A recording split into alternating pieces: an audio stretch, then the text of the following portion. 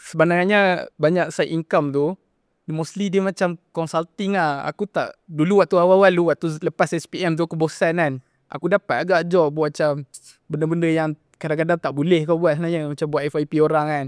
Uish, tapi aku pun SPM ni cendol je macam tu.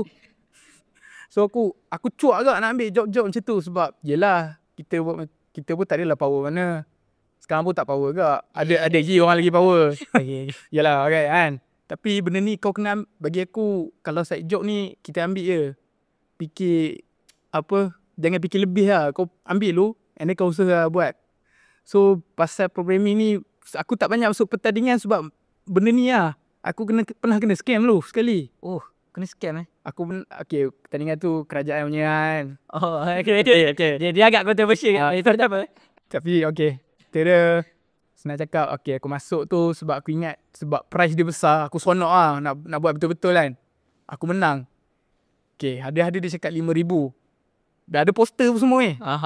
Bila aku menang tu, dia orang contact. Kita orang salah. Sebenarnya kita orang nak tulis 50 je. Mak. Sumpah. Ya. Aduh. So datanglah check RM50. So aku lah. Alamak. So aku macam malas tau. So hackathon apa semua ni, aku rasa kalau aku masuk pun aku tak gain banyak benda lah. Aku prefer untuk buat benda yang aku minat lah.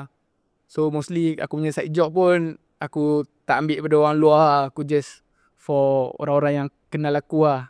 For siapa tahu dia tahu lah. Hey. Nice.